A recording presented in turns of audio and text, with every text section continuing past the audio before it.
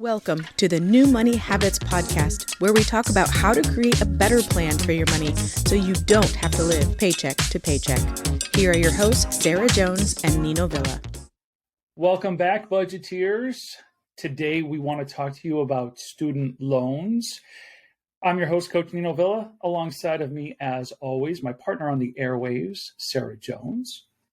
And like I said, we want to talk about student loans because there is a lot of chatter in the news about student loans, and it's kind of hard to discern what's real and what is just clickbait headlines that leads to a lot of misinformation about different programs and all these different things that the government is promising student loan borrowers.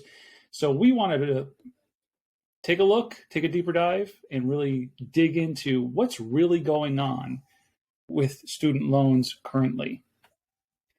You know, I think this is great, Nino, because I'm finding with a lot of people that I talk with that people just aren't even aware of their student loans in general, right? What programs are they a part of already? Are they in, deferment or forbearance? Or what interest rates, payments, are my loans being forgiven? Are they not?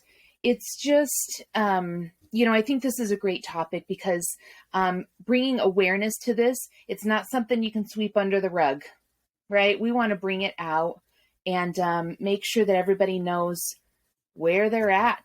If you don't know where you're at, you can't make a plan going forward, right? So let's figure out where you're at with all these student loans that people have. Yeah, I think we're gonna have another quick vocabulary lesson. I'm notorious for my vocab lessons, but when you're talking about student loans, there are probably at least 3 words that you should be aware of and kind of know what they mean. Those 3 words would be forgiveness, deferment, and forbearance. There are others like default and whatnot, but I think it's really important to kind of know, what are we talking about when we're talking about forgiveness? What are we talking about when we discuss deferment? And what is the difference between deferment and forbearance?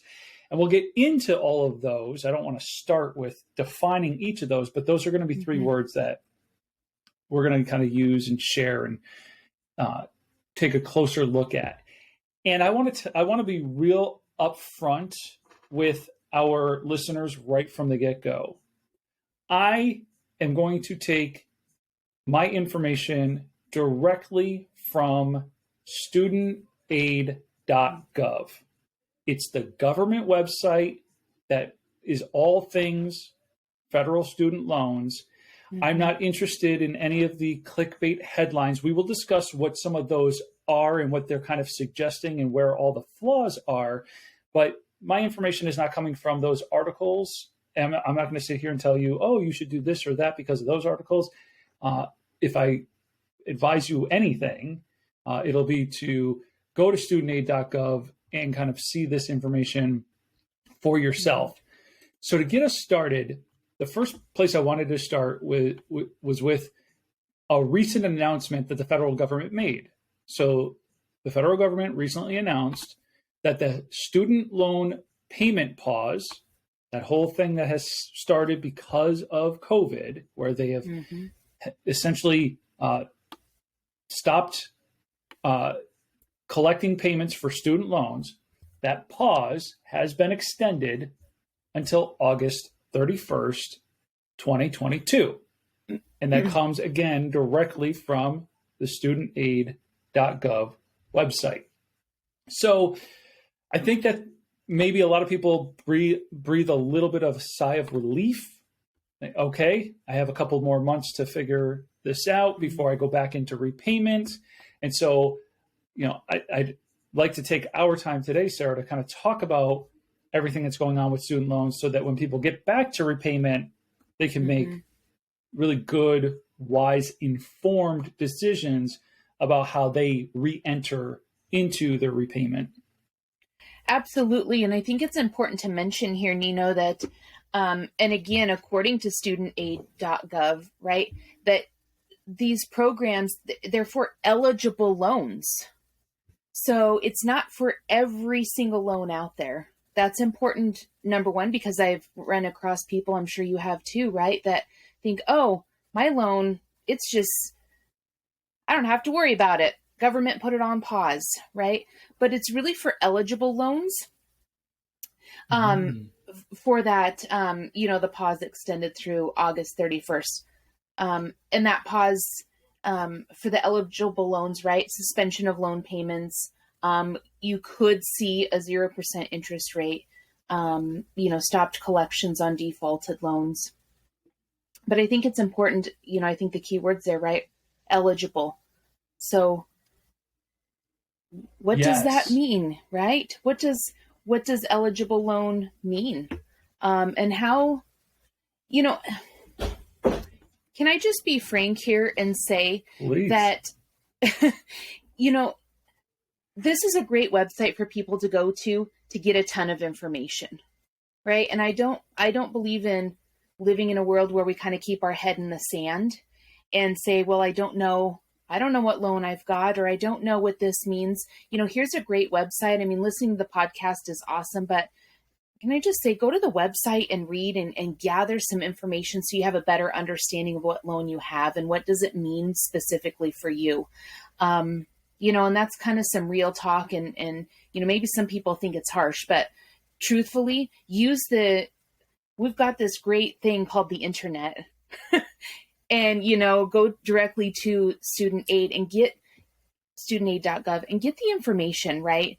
No more keeping your head in the sand, because I think what's going to happen, and I might be sidetracking just a little bit here, but I want to help prevent any other things from happening come the end of August, right? Where people are like, I didn't know. And 2.5 years have gone by.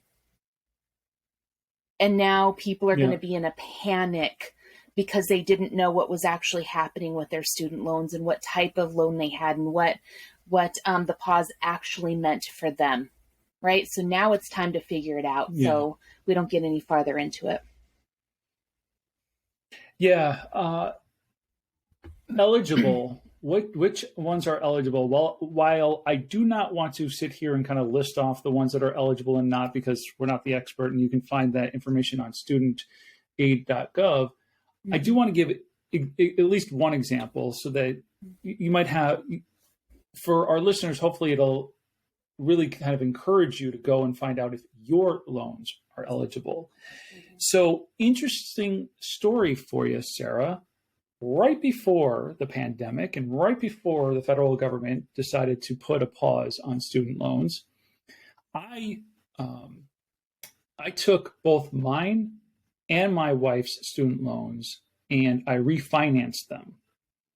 So I consolidated them, refinanced them, got a better interest rate, put them all on the same timetable because they were all on different timetables and whatnot. Well, you know who was not eligible for student loan payment pause? This guy. I wasn't, because they were refinanced and my loans are not held by the Department of Education. So if your loans are not held by the Department of Education, they're most likely not eligible. Now, the truth of the matter is, when I go in to pay my student loans, there's a link there that if I needed COVID-19 relief help, there was some process that financer had in place. I feel fortunate and blessed enough that I did not have to use it. But I wanted to give it as an example. Like, if your student loans are not held by the Department of Education, then they were probably never under the pause. And even if they are with the Department of Education, you might still want to go to the website and determine whether or not your loans specifically were eligible. Now, we are 2.5 years down the road. I'm guessing those who know that whether or not they have payments know that they should be making payments or not. But I think it's just it just reiterates the fact that there's a resource there available to you, easy enough to access. And, I think it's important to mention really quick, too, that, people that maybe during this pandemic, right, maybe their loans came due and they were not due before. So this is still a good, right? So maybe you had the loans and you were making payments before and and, this pause came out 2.5 years, but there might very well be some people that finished up school, right? Their loans came due, right? So payments were supposed to start during this time, and maybe even, within the last couple of months. So I don't think, my opinion is, it doesn't matter when your loans have come due. Go to the website, right, and check it out, just to make sure that you are aware of where your loan falls, what type of loan it is, if you qualify and if you don't, because we want you making smart choices, right? So, and one thing that, too, absolutely. with this, that I just want to bring up, and actually maybe I'll hold off on that for just a minute. I think my biggest thing that I want to hit home for people is be aware of what your loans are, right? Just be aware, go and check, log in, take the time. It takes you less than 5 minutes, right? Once a month, even go in and check and see, has anything changed, right? And I don't know if we're going to bring this up or not, but there are some loan service providers, right, that are no longer going to be servicing loans. And so your service provider might very well have already changed or might be changing, and you may not have received communication on that, or it might have been, kind of missed in the sea of emails that we receive. So if you haven't already, log in and go check out, what are your loans, who's servicing them right now, right? And get the information on that company and that website. Yep. Studentaid.gov also allows you to log in to check those very things. So you're absolutely right. You visit the website, you get logged in, and the federal government will let you know who is servicing your loan and the terms of that loan. Mm-hmm. The understanding your loans, I think is the right place to start, like you said. And part of understanding your loan is also understanding something that is just all the buzz right now, and that is student loan forgiveness. Mm-hmm. You see headlines about student loan forgiveness all the time. Obviously there are talks throughout the federal government about student loan forgiveness and how much they're going to offer and who they're going to offer it to and under what circumstances and terms they're going to offer it. And of course, there are some student loan forgiveness programs that already exist. So I'm going to take a brief moment and just describe what I mean when I say forgiveness. When the federal government talks about student loan forgiveness, they are talking about forgiving the balance or a portion of your balance of the loan. So if you owe $10,000, they may forgive a portion or all of that $10,000, and you would no longer owe that money. But we see all of these clickbait headlines, and I'll tell you right now, actually, I'm going to take a moment just to get fired up. I really cannot stand all the stupid headlines that are out there about, 4 million people may qualify for student loan forgiveness under a new proposal, blah, blah, blah, blah. It's all a bunch of nonsense to get their clicks, to have you read the article. The article is then filled with either misinformation or no real information whatsoever, and it's a bunch of hyperbole. So let's talk about what's real. What's real is there are a number of forgiveness programs that already have existed. But I want to make something very clear about most, not all, but most of the forgiveness programs. Most of the forgiveness programs require you to make 10 or even 20 years of on-time payments before you're ever eligible to be forgiven. I want to pause and let that sink in for just a second. 10 or as many as 20 years of on-time payments before you're even eligible for your loan to be forgiven. And, I might not be the smartest cookie in the jar. However, if I'm going to dedicate 10 or 20 years of my life to, using that education, making those payments on time, Do I want to wait to see if they're going to be forgiven? I mean, I could have them paid off. Very likely. If my plan is right, if I'm driven and my plan, if I put together a good plan, I might very likely have those paid off before before I even become eligible. Right. I'm just not a big believer, Nino, in waiting for those types of things to happen. I want to take action now, right? And waiting to see if something may or may not happen, take action now. So if I have maybe forgiven, a portion may be forgiven after 20 years, I don't want to wait for that. I'm just going to get on the ball and get rolling, right? And just be done with it. Yeah, I'm right there with you. If somebody's going to come along and offer me forgiveness, I'm not going to turn it down, but I'm not sitting around waiting for somebody to offer me any forgiveness. And forgiveness from what? Because if you want to start talking about student loans and just the ridiculous nature of what they are and how they've come to be over $1 trillion. I'm right there with you. I think it's dumb, but I'm going to turn the mirror on myself for just a second. I'm going to share what now could maybe be a funny story. I'm still not laughing at it, but I will invite you to laugh at me for this because it's epically stupid. Are you ready for this, Sarah? Are you sitting down? I am sitting down and I am ready. All right. For those of you driving, you may want to pull off to the side of the road. This is so epically stupid that, and I have no one to blame other than myself. So when I'll try to make a really long story short, which is what I say every time I'm going to make a long story long. Anyway, I did not go to college right outside of high school. I took, I think, only like one semester off. And then when I went the next semester, I was from a low-income family. And so when I went to the community college, I was introduced to the financial aid department, and they were the ones who put me on the path of filling out the federal student aid application. And because I was from low income and because it was a community college, it turned out that I got grants at that time.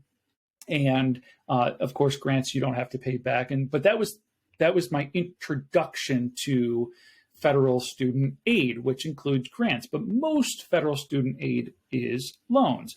So I didn't finish out my community college days. I kind of stop and went.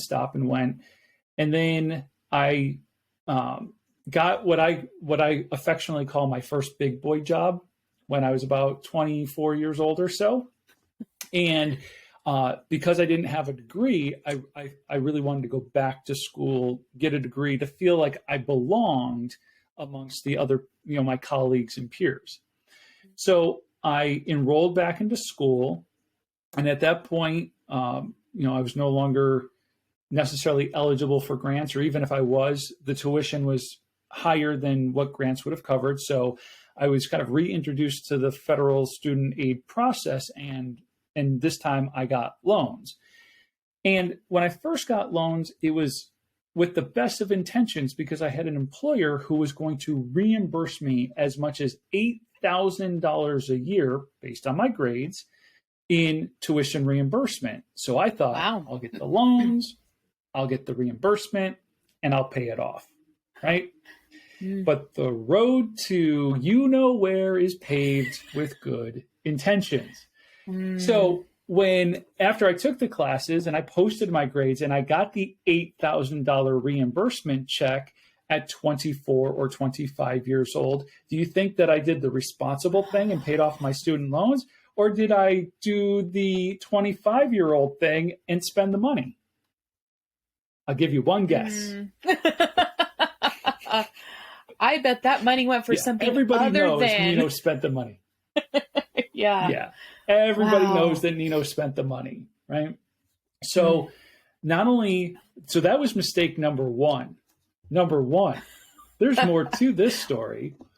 So as my career progressed, I still hadn't finished the degree, and I switched careers, and I started working for a university as an admissions advisor.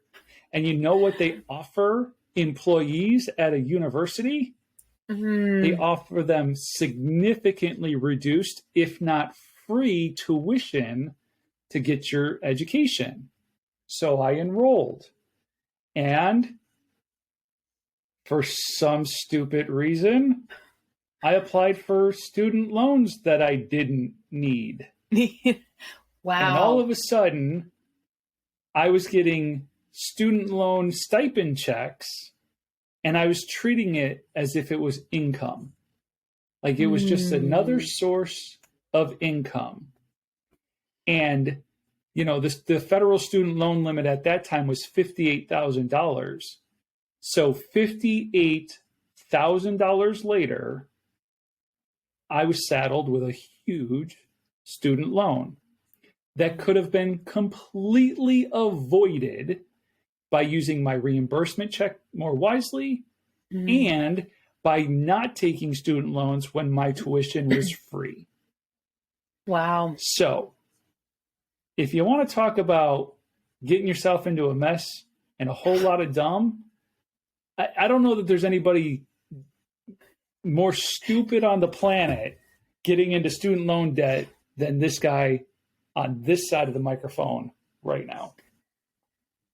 I have to be honest, that might take the cake right there. That's I haven't heard a story like that before, Nino, and I actually feel almost emotional for you over that, because holy crap, that's some serious maybe regret.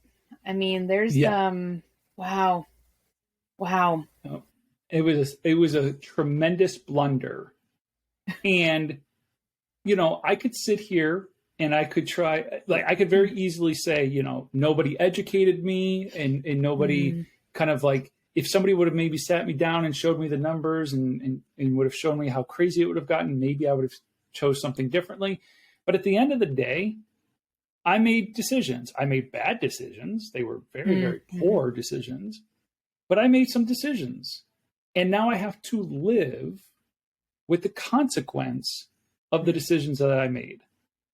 And it doesn't feel great. I'm not thrilled about having to pay this money back. And at this point, it's I've come a long, long way. I don't remember exactly what my balance is today, but it isn't 58. And to be honest, it got up over 64. And one of the reasons why I got up over $64,000 is because a couple of times I took a few forbearances. And if you're not familiar with your forbearance, the forbearance means that you're not going to pay your monthly payment. In exchange for, they're going to still charge you interest, and all that unpaid interest then gets capitalized at the end of it, and it becomes part of your loan balance. And then they're charging interest on top of the interest that they just capitalized. That's really important for people to know right now.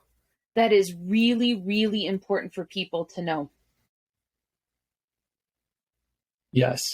Forbearance really, really should only be when you actually cannot pay on the loan due to whatever hardship that might be. Maybe you're unemployed at the time, whatever the case may be. But considering that the federal government will also offer income-based repayment, you're better off having them evaluate your payment ability based off of your income than you are just stopping payments for 6 or 12 months.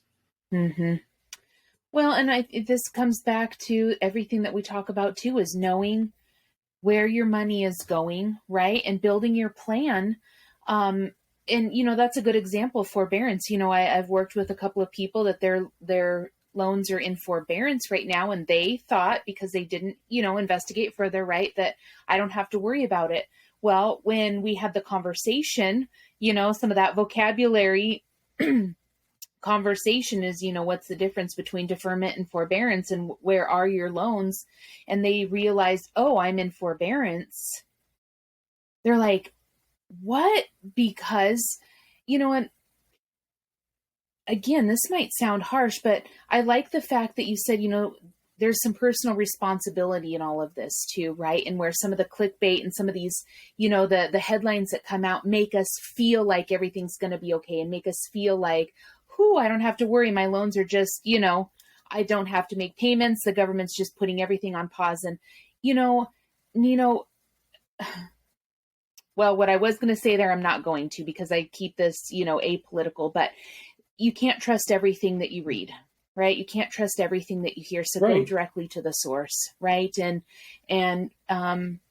it goes back to not keeping your head in the sand, right? Know what it is that you're dealing with.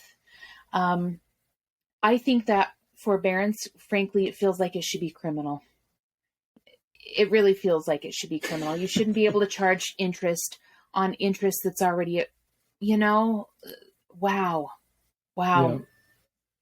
Yeah. Wow. I share my story in hopes that, one, that it can kind of be relatable. Not that anybody's making those epically ridiculous decisions, but that when you think about, okay, maybe you have 20 or 30 or $40,000 in student loans, that you start to realize that although how you got here may suck, and it would have been nice to have more education around these things so that you could have made possibly different decisions. It's about recognizing where you are and moving forward.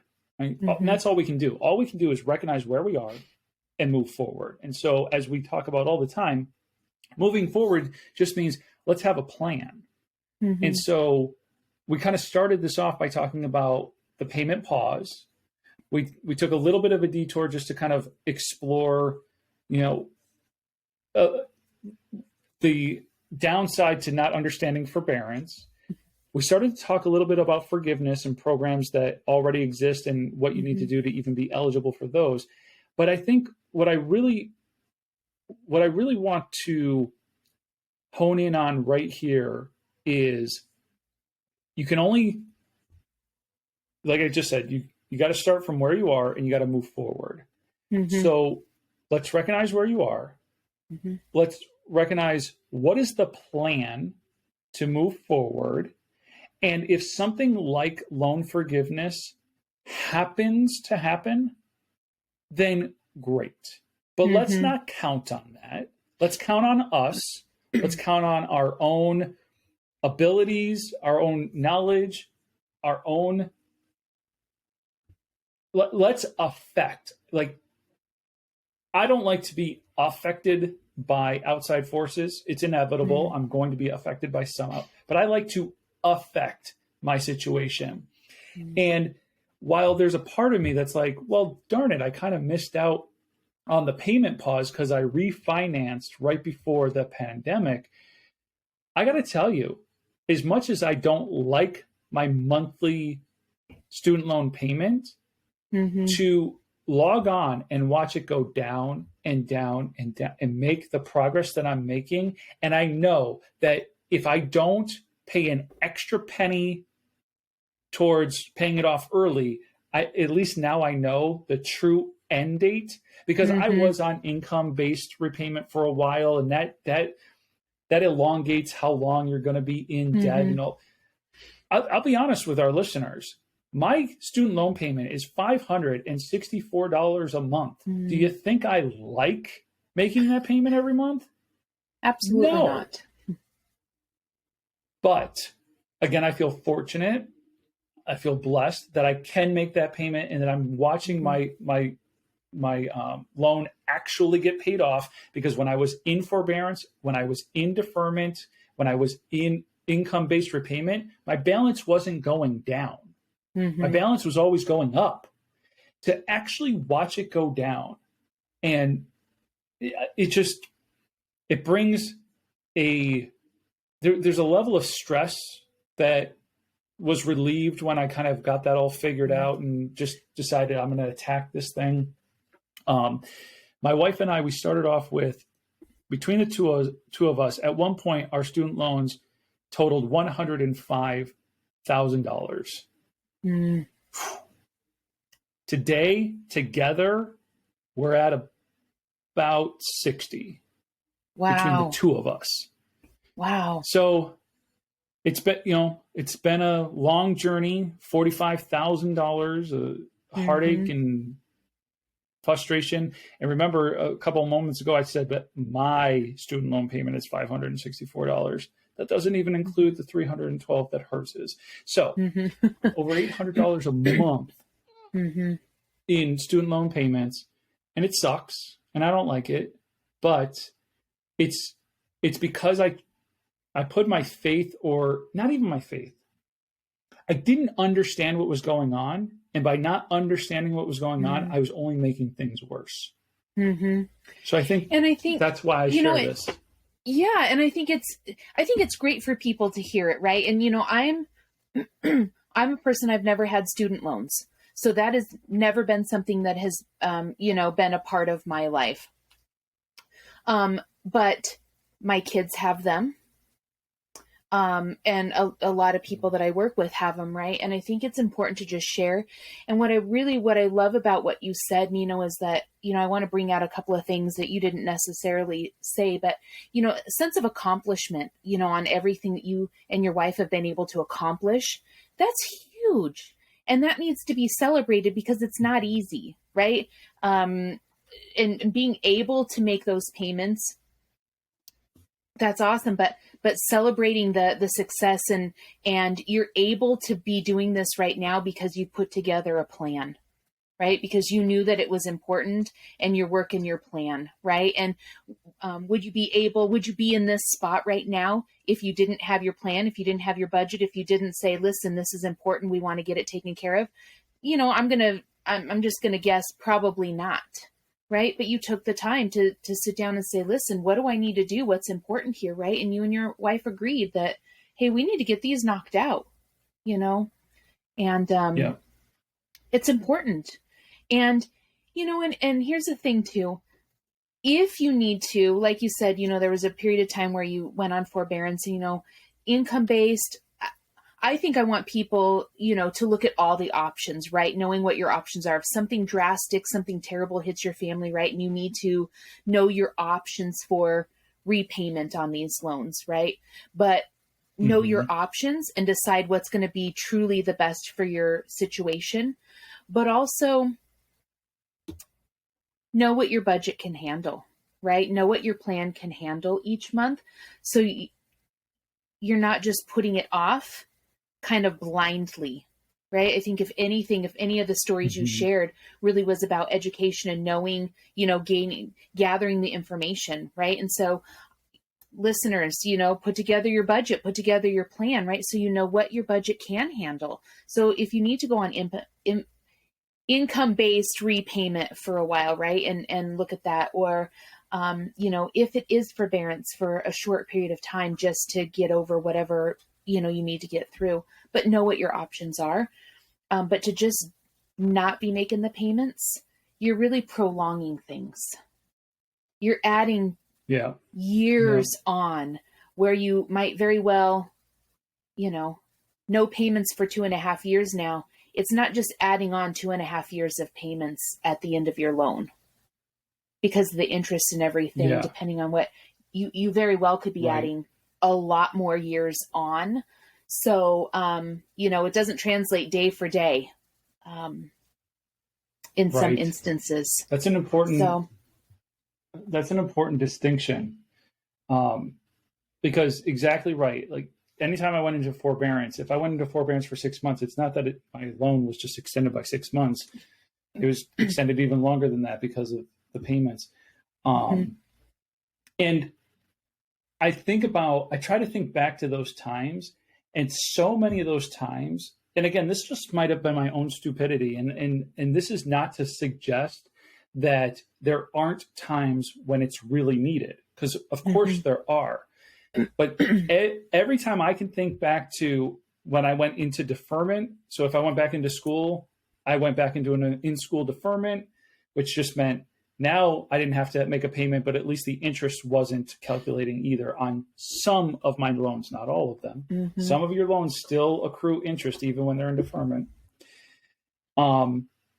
So when I went back to school and I was in an in-school deferment, when I took my forbearance, and even when I was on income-based repayment, I didn't do those things because I couldn't afford the monthly payment. I did it for convenience because I didn't want to. And again, that's my own personal thing. And that's not to suggest that there aren't others who need those things. But sometimes I've worked with enough clients too, where it was the same thing. They could afford a student loan payment, a full student loan payment, but they were on income based because it was more convenient. Well, is it really more convenient when it's adding years and hundreds, if not thousands of dollars of interest every year to stay in those loans? Right. And I always ask, so this might be a good question, right? How is my future self going to react to this decision right now? Right? Is my future self going to kick my butt because I chose to take some convenience routes versus, right, kind of buckling down? Or is my future self going to be like, you know what, you made the right decision? I always ask myself that when I'm going through anything, right? How is my future self going to react with this? Because it makes us think, hopefully, it brings out a different thought process, right? Because we all have those instances now where we can look and say, gosh, I wish, they always say hindsight's 2020. Well, let's turn that around. What's my future self going to say about this, right? So what's your future self say if you are using some of this for convenience instead of out of necessity? I love that question. And I can tell you right now that 24-year-old Nino didn't care a lick about 35-year-old Nino. In fact, 25-year-old Nino probably thought that 35-year-old Nino would have, I don't know, gotten some highfalutin paying job or something. And I'll be making more money down the road and it'll be easier. And what 35-year-old Nino found out is not only was 25-year-old Nino wrong about it'll be easier, he found out that just because you make more money doesn't mean that you have more money. Because usually when you make more money, you end up spending more money, and all of a sudden, you know, things that you could have lived without are all of a sudden they're necessities, and I have to have it. And so too often is the case that as your pay goes up, your expenses go up. And that debt or that thing that you did that you figured, oh, I'll clean it up when I make more money, you don't end up cleaning it up because you're busy doing everything else that life has to offer that you kind of lose sight of. But I need to clean this mess up that I made. Right. Wow. Wow. All right. Well, I want to shift gears, if I may, a little bit back to thinking about September 1. So the current payment pause will end on August 31st of 2022, which means September would be the first month that people have to get back into repayment. And there's a couple of things that I want to talk about to get our listeners thinking about what they're going to do come September. And I want to start by sharing a story. So I was sitting down with a client recently who was ecstatic to learn that the payment pause was extended because it was going to end, I believe, here in April, but it got extended until August. So she was very excited about that because for her situation, her student loans were in default, which means she hadn't paid on them in a very, very long time. And because they were in default, the government had started garnishing her wages. So they were taking a couple of $100 a month out of her paycheck because that's how far behind she was, and the federal government can do whatever they want. So there was no real stopping that. Now, with the payment pause, it did pause the garnishments. Okay. So that was kind of like a little bit of a relief for this particular client. So we're looking ahead and we're thinking about what happens when student loans go back into repayment. And can she expect that her wages are going to be garnished again? Oh. Excuse me. And so I was doing some research on her behalf, and I found an article that I don't necessarily believe or trust because it's just an article and it did not come from the studentaid.gov website. But there is talk about when student loans go back into repayment, taking everybody who was in default and marking them current. So that's a possibility.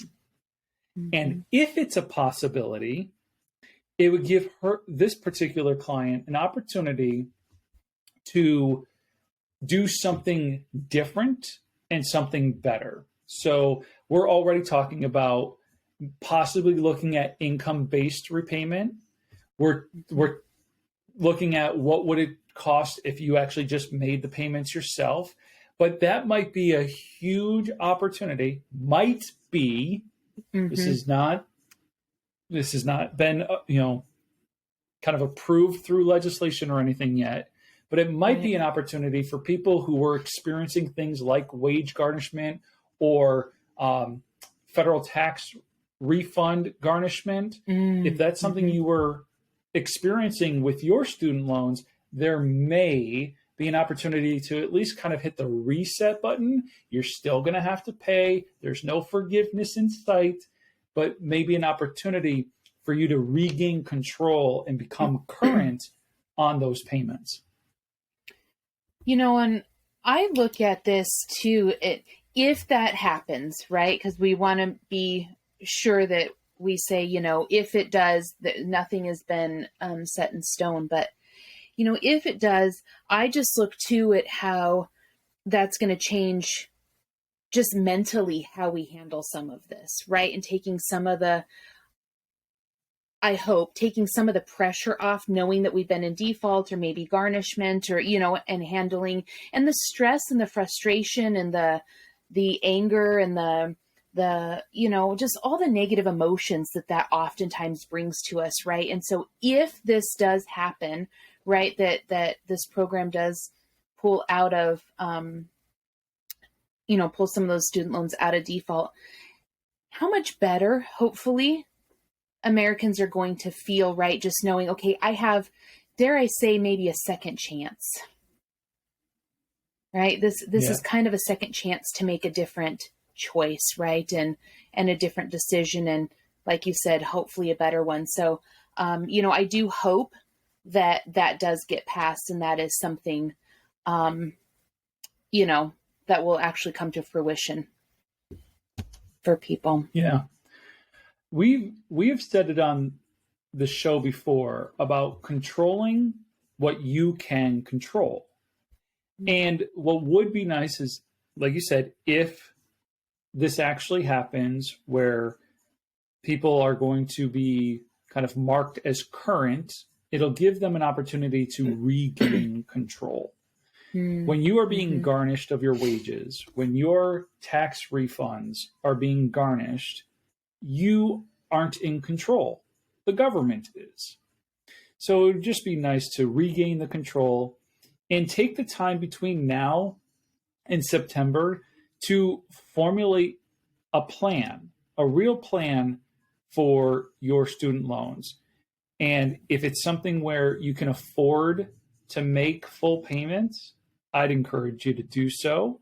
But if you need something like income-based repayment, well then, maybe going through the application process now, not necessarily submitting the application, but at least kind of filling it out to know what information is going to be needed, what information is going to be affecting your the response. And for the client I'm working with, right now, she's being garnished a couple $100 a month. Well, what I want her to do is find out, what is your regular payment? What would an income-based repayment look like, to see if she can, even if it ends up being the same dollar amount, but instead of having it garnished, being the one who's making the payment and just regaining control of the situation. Yeah. And I love that. I love it. And, you know, I talk a lot about feelings and how does that make you feel? Because I believe that when we've got a plan together, right, and we're feeling better about things, quite honestly, things tend to move a little bit more smoothly, right? And we're more, we just have a better attitude towards it. It reduces some of the stress, and it carries over into the other areas of our finances too, right? And so even if it's the same amount, just being in control, right, and feeling like you're the one making the decision, powerful. It's powerful, and it can change your outlook on your financial situation, you know, all the way around. Yeah.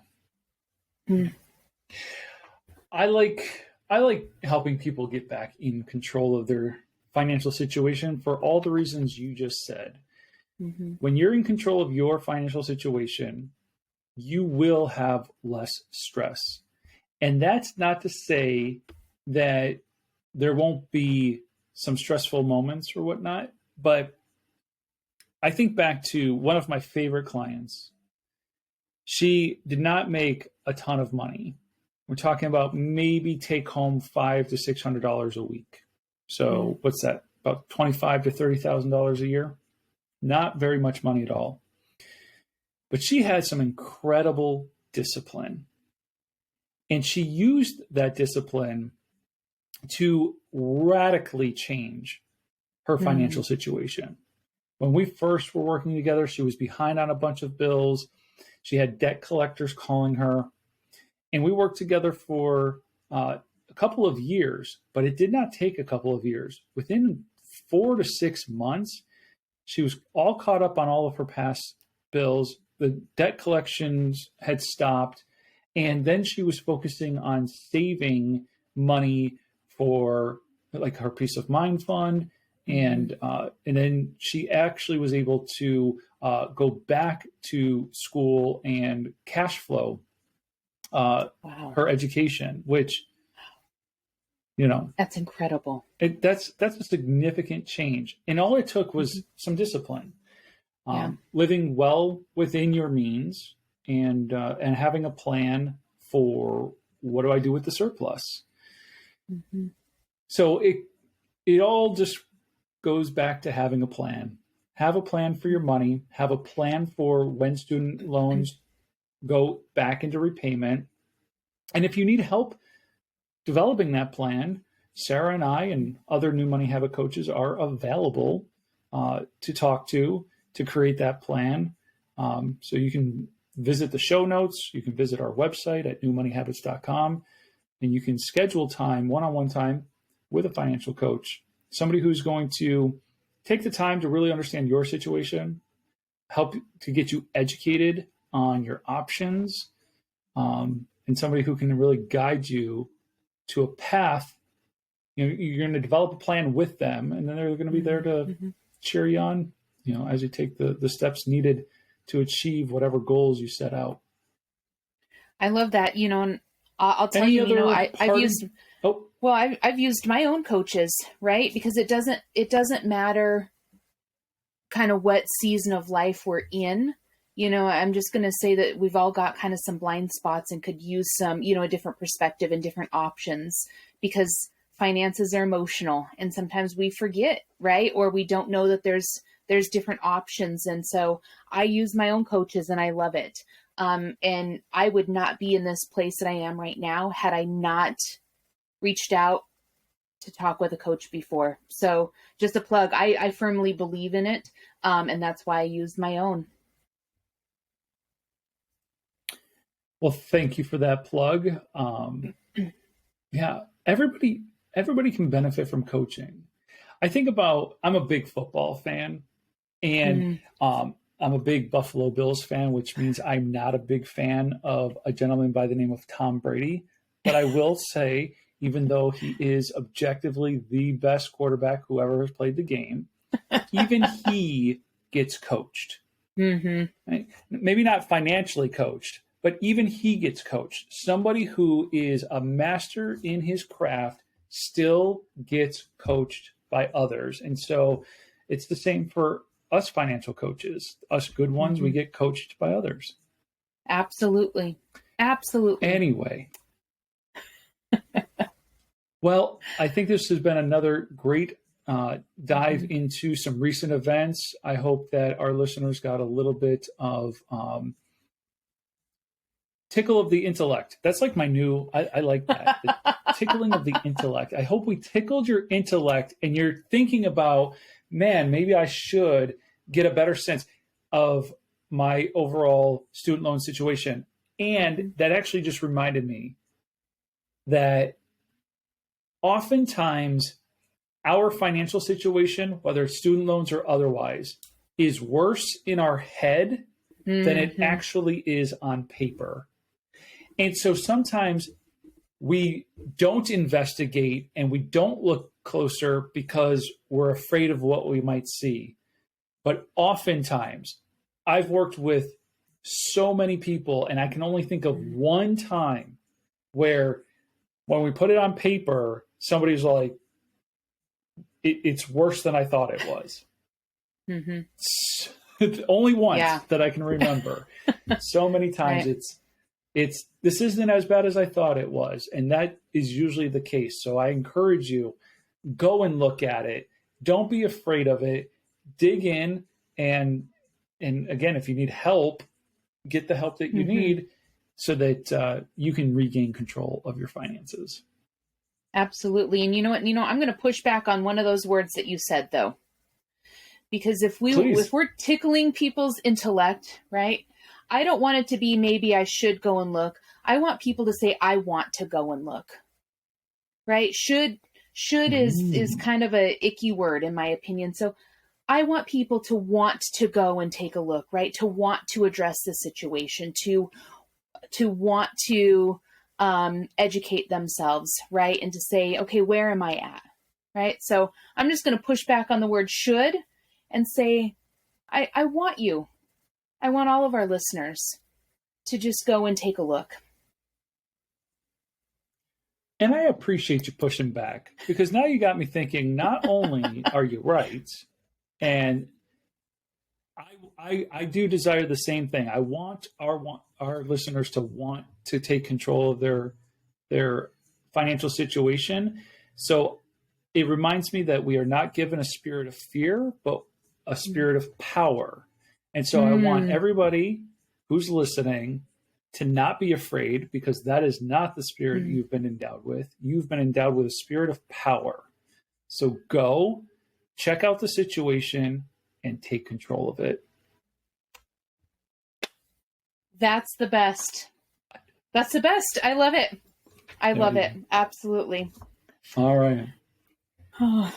Well, I want to thank all of our listeners for tuning in, and we will continue the conversation next time. Thank you for listening to the New Money Habits podcast, brought to you by New Money Habits and Keeping Up with the Joneses Financial Coaching. Submit your questions to our host by emailing podcast@newmoneyhabits.com. Be sure to subscribe to be notified of future episodes. Join our growing group of like-minded people on Facebook and follow us on your favorite platform. Music provided by Summer School.